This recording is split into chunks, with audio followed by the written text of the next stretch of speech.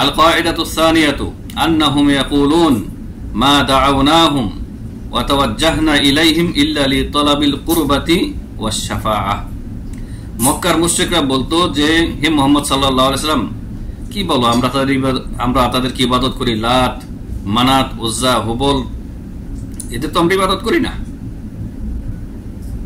এদেরকে আমরা মাবুদ মনে করি না, এদেরকে আমরা রব মনে করি না, এদেরকে হায়াত মউতের মালিক মনে করি না, এদেরকে সৃষ্টিকর্তা মনে করি না, এদেরকে রিজিক দাতাও মনে করি না।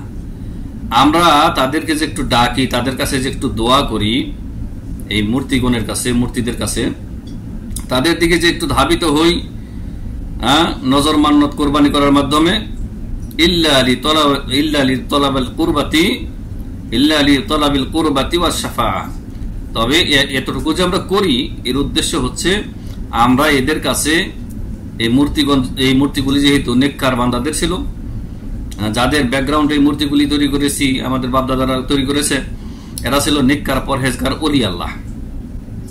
এদের কাছে আমরা এদের নৈকট্য অর্জন করতে চাই, আমরা এদের নৈকট্য চাই, এবং এরা আমাদের আল্লাহর নিকটবর্তী করে দেবে আমাদেরকে, এরা আল্লাহর নৈকট্য অর্জনে সাহায্য করবে, ওয়াশ শাফাআহ, আর আল্লাহর কাছে আমাদের জন্য সুপারিশ করবে।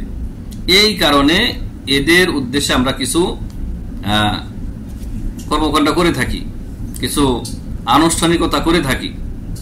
তাহলে মক্কার মুশরিকদের কথা স্পষ্ট যে তারা তাদের ওই দেবতাগুলিকে ওসিলা মানত, এই দেবতাগুলি আল্লাহর নৈকট্য অর্জন করে দেবে, আল্লাহর কাছে তাদের জন্য সুপারিশ করবে, এই উদ্দেশ্যে তারা তাদের পূজা অর্চনা করত। আর সেই পূজা অর্চনাকে তারা পূজা অর্চনা মনে করত না।